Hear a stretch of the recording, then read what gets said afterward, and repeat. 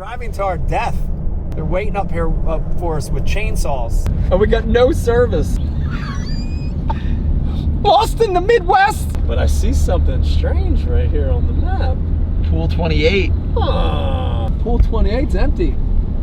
We'll be frogging on land. Oh, jeez. Good thing I'm not worried about my boat getting dirty. Come on, let's fish.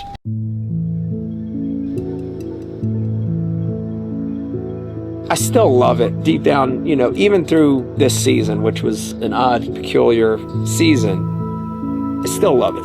We're right here on the heels of starting my last event of the year, and I'm still excited. Still butterflies. I'm still thinking about the possibilities, you know, the what ifs, the making a right decision tomorrow and landing on them. Like, that stuff still excites me. And when that stuff doesn't excite me, and that dial turns a little that way, I think it's time to leave tournament fishing, right? Not fishing. I think if you're a real fish head, if you're a real angler and it's in your blood, you're never going to leave fishing.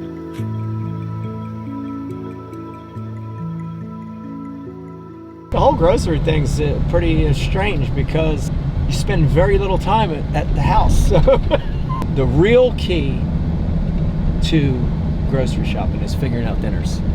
Because, dude, you're dark to dark. So what the hell do you get to eat for dinner? Because you're not going to get home till 8:30, 9 o'clock, 10 o'clock. You got to have something quick. So speed, ease of use, ease of eating, that's what I'm trying to do when I grocery shop. This, I've noticed throughout the whole year, staple. Staple. The glazed donuts. Dude, staple. They got to be in the house.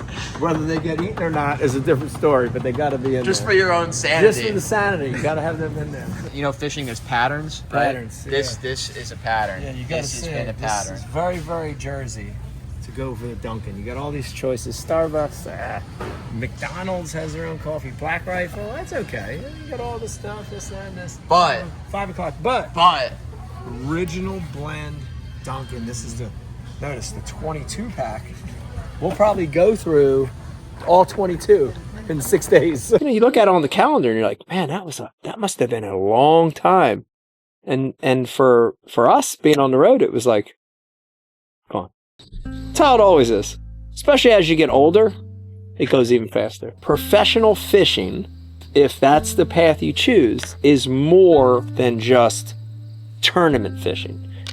And I mean, if that's really, you know, what you want to embrace as far as your lifelong career. And for me, that was the choice that I made, you know. So this was a great example. You know, you go to Lake St. Clair, there's a week between events, and would have been a great chance to go home, catch your breath, tie tackle like this. Would have been a nice week break. But, you know, again, the reality of it is you have to do other stuff. We had a week in between where we had to get content for Berkeley and specific content based around this lure, getting them to eat this new lure coming out.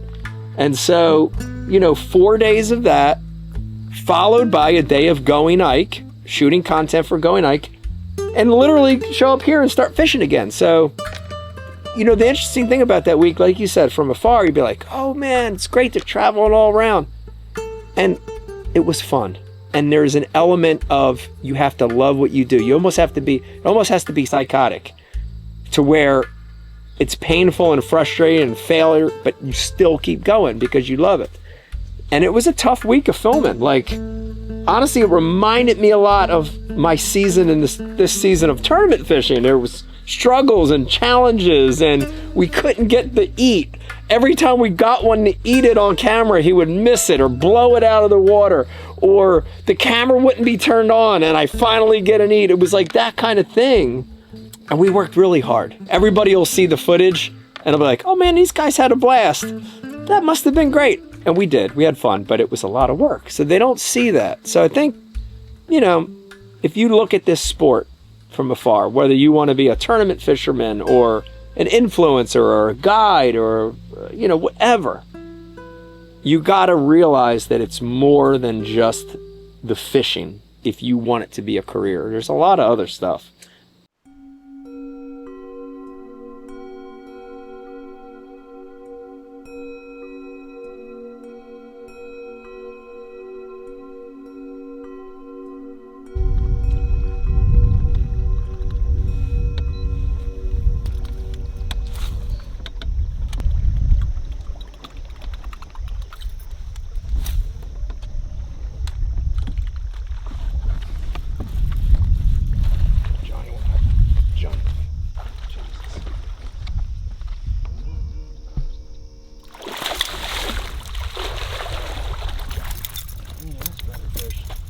throwing a buzz bait the entire... How fucking awesome would that be? It is a 3-pounder. Here you go, guys. That's the right kind of fish. I mean, we're pretty early in the practice. You can see that fish isn't long. That fish is 16 inches, but look at how girthy he is across there. All right, like that.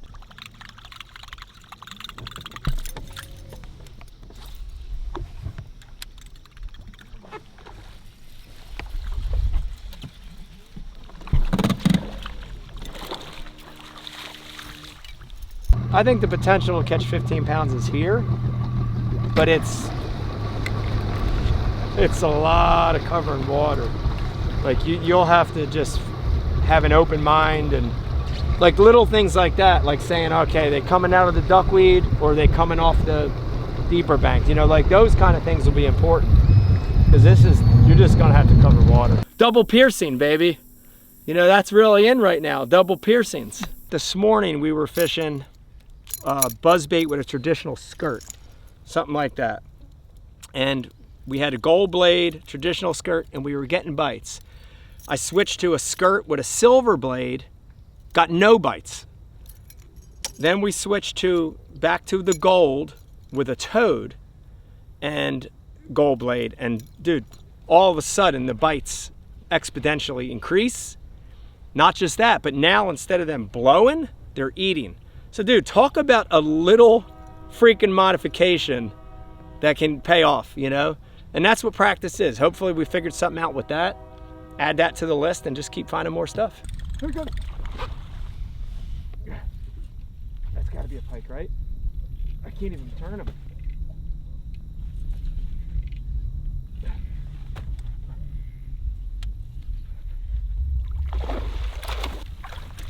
Oh gosh. Whoa. Nice northern, dude. Well, it's not gonna help, but I mean. It was an awesome bite. Oh boy. Oh boy. Dude, that's a heck of a butthole. Nice butthole. It's a smallmouth. It's a 4-pounder, dude. Oh God. Oh no. Oh God, it is, dude. Oh my God. I had a feeling about doing this, dude. I don't know. He's now realizing he's hooked. Oh no. Please, please, this could be the bite we needed. I told you we had to get away. I got it. 310, baby. That's the kind. I think everyone wants to have some sort of legacy, you know, or you want to think that you'll have an impact on people in the future. I want to be known for the process of the things that I did, and that I did it the right way, and I did it my way. That's what I want to be known for. And the great thing about that is 100 years from now, people can look at it and be like, that dude was a dick. Or 100 years from now, people could look at that and be like, it's inspirational, you know, and it gives a motivation for something. You know, it's funny, over these 30 years, you have a lot of interactions from people.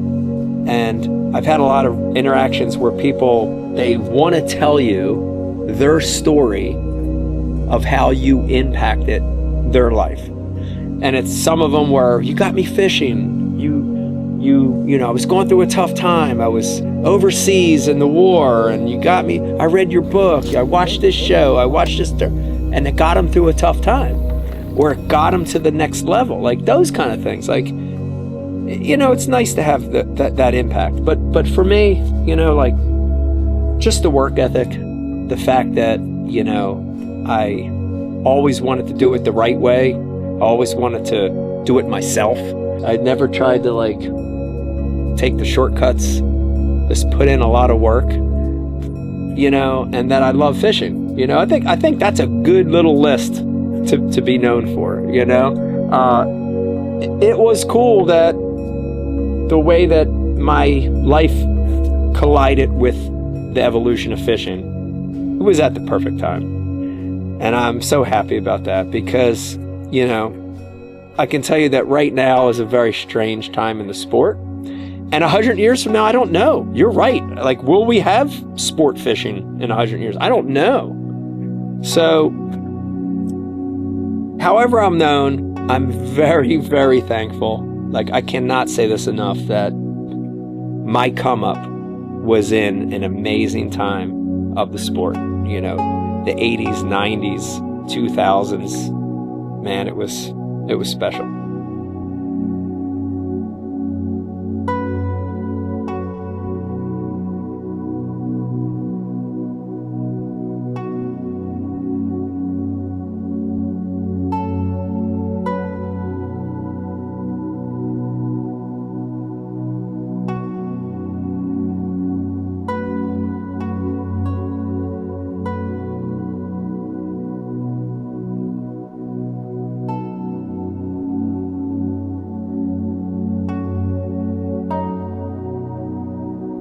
You guys want to take a soil sample and learn the composition of the bedrock. It's been here for millennia. It's all in there. Might actually find some gold nuggets in there too, who knows?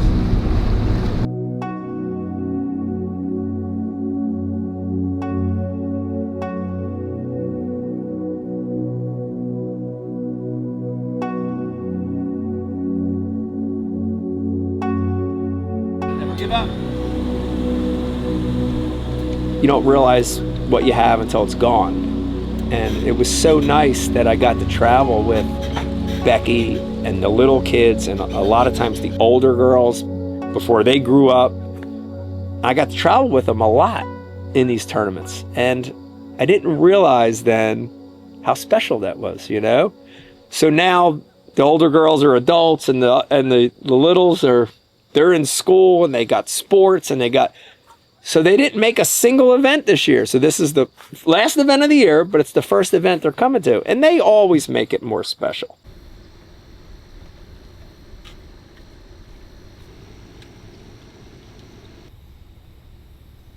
Did not expect that.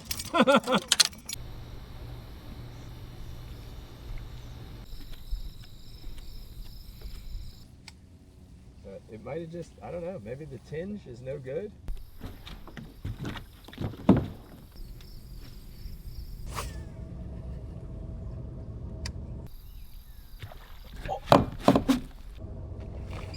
That's a big one. Big one. Big one. That's, I need that one. Oh, big one. You gotta have that one. I gotta have that one. I gotta have that one. I gotta have that one. Yeah. Oh, it's a giant northern. All right. Oh my god. Come here. Oh, watch yourself. Oh. Freaking, what the? You know, I think not just the fact that you get on the road and it's nice having your family there, but I love having them there during an event more than they know, especially from like an emotional standpoint. Because the tournament fishing is roller coaster. So when you're having a great tournament, it's great to have them there. It's great to have them celebrate your success with you. But dude, when you're having one of those, which has been this season, it's even better to have them there, because it's a, you know, for me, it's a reality check, and it's a, you know, way to snap out of the funk. So like, if this week things go bad and I miss the cut again by 3 ounces, which could happen, you know, when I come back and open that door and there they are, I come on weigh in and I weigh fish, I'm looking down. It reminds me that, you know, my life is good. I got a good life, dude. And I got a great family. And it brings you out of that stupor, you know, which I'm competitive, so you get into that, but it's nice when they're here. Bye, Dad. Love you. Okay, love you.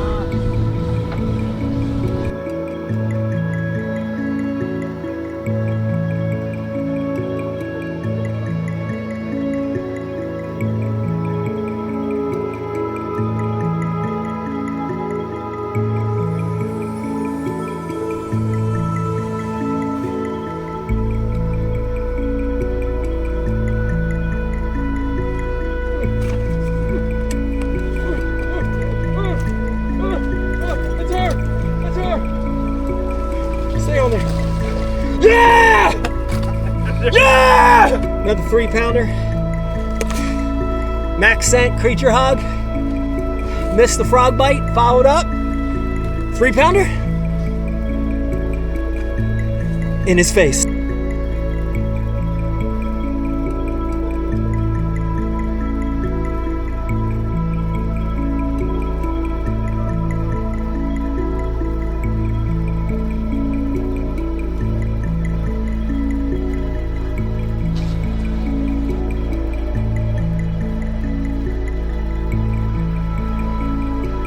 He moves into 10th place currently and lives up to your motto of never giving up, Ike, and much better day today.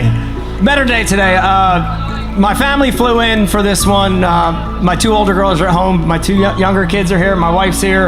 And Estella presented me with this yesterday afternoon. It's this lovely bracelet. It's white. It's got a little bit of green. I don't know when you made this for me, but it's got a motto on there, and it's never give up.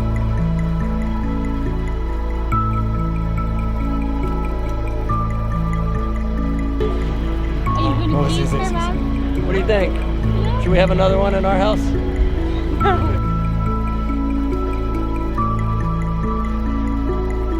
If you fish, if you hunt, if you play sports, whatever you do in life, it's a really good motto. Just keep grinding, keep hustling, work hard, and that's all you can ask for. So never give up.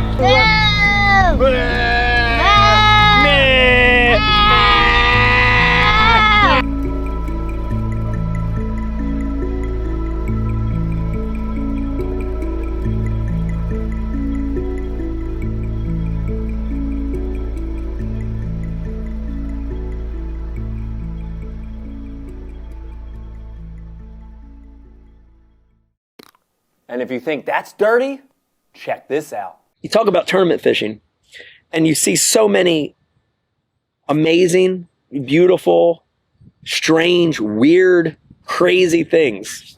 Yeah, you see so many things. Like just last night here, I got to see an orange moon rising over the lake, and it's beautiful. And those memories stick in your head, and you remember them for a lifetime. And that last day of practice, the same day we just talked about, when I found that rock, I continued to look down the Detroit River. My mind was very much now like current breaks. Let's look for current breaks. And I got down to this island, and I think it's called Holiday Island. I have to look on the map. And it was basically an island that's a park that sits in the middle of the Detroit River. So when you look at the river, Detroit River is split in the middle, shared by the U.S. and Canada. It's Canada on the left, U.S., Detroit on the right, and this island split it. And it's a big park, and the head of the islands, I know from fishing rivers, heads and tails of islands are great spots because they're current breaks. And there was this rock sort of point jetty, not jetty, but rock tip. And I'm like, God, there's a current break. And I remember grabbing a jerkbait and saying, let's fish around this. This reminds me of that spot that I found about an hour ago. And I'm jerkbaiting, clown color jerkbait. Back then was a big smallmouth lure, clown jerkbait. Husky jerk, a long A, a bomber long A. And I'm jerking this clown color jerkbait. And I see a car pull up on this point. The parking lot was right on the point. Car pulls up. I'm not thinking anything about it. I'm going around. I'm waiting to get to the backside of this, and I'm going to pick up my tube. And I'm fishing the jerkbait. And all of a sudden I look, and you're observant.